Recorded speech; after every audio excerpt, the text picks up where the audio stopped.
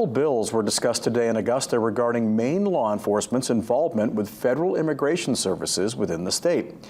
One of the proposals looks to prohibit state law enforcement from stopping, interrogating, or detaining a person for immigration enforcement purposes.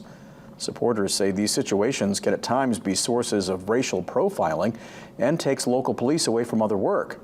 Republicans on the committee posed questions to the sponsors with concerns about public safety, and they view it as a potential partnership between different branches of law enforcement.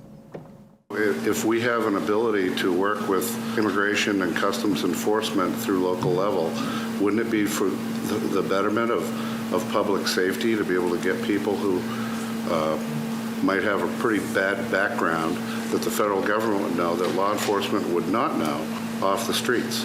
Supporting these bills does not mean imposing law and order. It means clarifying roles, restoring local control, and protecting constitutional limits.